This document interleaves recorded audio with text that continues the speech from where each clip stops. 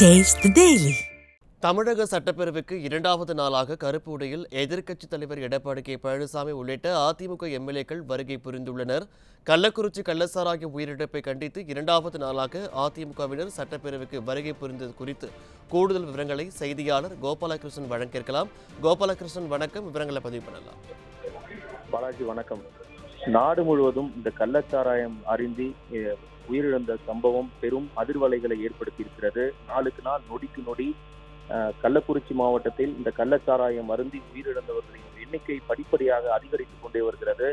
இன்றைய நிலவரப்படி 57 பேர் இந்த கள்ளச்சாராயம் அருந்தி உயிரிழந்தவர்களின் எண்ணிக்கை அதிகரித்திருக்கிறது. இது மட்டுமல்லாமல் உடல்நலம் பாதிக்கப்பட்டு அதிதீவிர சிகிச்சையில் இருப்பவர்களின் எண்ணிக்கையும் 30க்கும் அதிகமாக இருப்பதாக நேற்றே மாவட்ட ஆட்சியர் அவர்கள் தெரிவித்திருந்த நிலையில் இது குறித்து நடைபெற்று வரும் சட்டப்பேரவை கூட்டத்தொடரை ஒத்திவைத்துவிட்டு சிறப்பு கவனம் செலுத்தி இது பற்றிய விவாதம் நடத்த வேண்டும் என்று அதிமுக தொடர்ந்து கோரிக்கை வைத்து வந்த நிலையில் நேற்று இரண்டாம் நாளான நேற்று கருப்பு உடையில் வந்து சட்டப்பேரவை தலைவர் முன்பு கூடி சட்டப்பேரவையை ஒத்திவைத்துவிட்டு கள்ளச்சாராயம் மரணங்கள் குறித்து சிறப்பு விவாதம் நடத்த வேண்டும், இது குறித்து காரணமான தமிழக முதலமைச்சர் பதவி விலக வேண்டும் என்றெல்லாம் கூறி நேற்று அதிமுக சட்டமன்ற உறுப்பினர்கள் கருப்பு உடையில் வந்து பேரவைத் தலைவரை முற்றுகையிட்டு கர்ணா போராட்டம் உள்ளிட்ட போராட்டங்களை நடத்தியதால் வெளியேற்றப்பட்டனர். இந்த நிலையில் இரண்டாவது நாளாக இன்றும் அதிமுக சட்டமன்ற உறுப்பினர்கள் இன்றைய பேரவை கூட்டத்தொடருக்கு கள்ளச்சாராயம் மர்ம மரணங்கள் குறித்து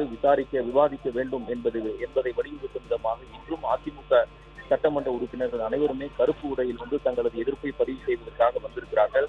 அதிமுக பொதுச் செயலாளர் எடப்பாடி கே பழனிசாமி, சட்டமன்ற எதிர்க்கட்சி துணைத் தலைவர் ஆர்.பி. உதயகுமார், சட்டமன்ற எதிர்க்கட்சி கொறடா எஸ்.பி. வேலுமணி என அனைத்து அதிமுக உறுப்பினர்களுமே தற்போது இந்த கருப்பு உடையில் வந்து தங்களது எதிர்ப்பை பதிவு செய்ய வருகை புரிந்திருக்கிறார்கள்.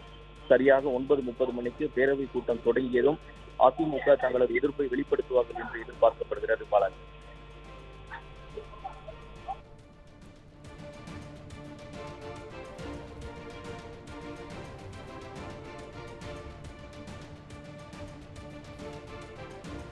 விவரங்களுக்கு நன்றி கோபாலகிருஷ்ணன்.